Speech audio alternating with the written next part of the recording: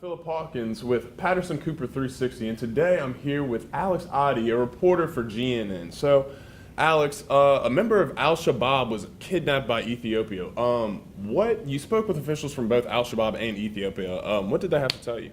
So I spoke with Al-Shabaab first, who initially told me that a member of their organization had been kidnapped by Ethiopia, and they documented some torture mechanisms that Ethiopia was using on this member and how they were seeking to combat that. I also spoke with Somalia, who, as all of us know, are very at odds with Al-Shabaab, but they also recorded that they abhor the torture because they are all Somalian citizens.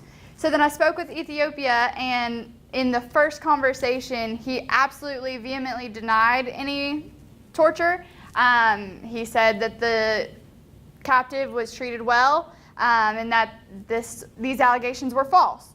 So we haven't really gotten confirmation either way, but Ethiopia did deny any allegations of abuse. Okay, so with both sides kind of contradicting each other, is there any proof that the member of Al-Shabaab was actually kidnapped or actually tortured?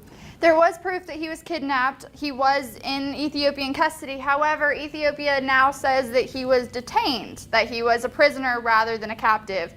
So there hasn't been confirmation either way. There's no confirmation or denial of the torture just because we have not seen the captive at all. But Ethiopia holds fast to the fact that he was a detainee because he came in as a spy.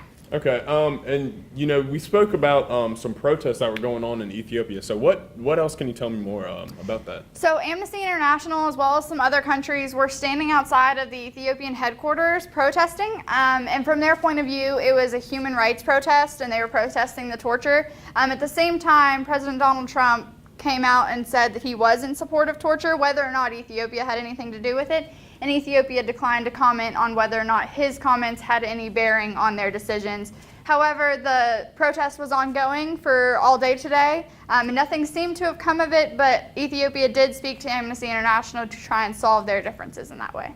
So there was an American taken into hostage last night. What ended up happening after the United States failed to respond? So there's a United States aid worker that was taken hostage. Many believe that it was the responsibility of Al-Shabaab, but they did not take responsibility of it. They blamed the Islamic State, so there's no confirming who actually took him captive. But he was treated very well, and initially the U.S. failed to respond. They failed to comment on who this man was, whether or not he was being treated fairly, and their response to it was minimal.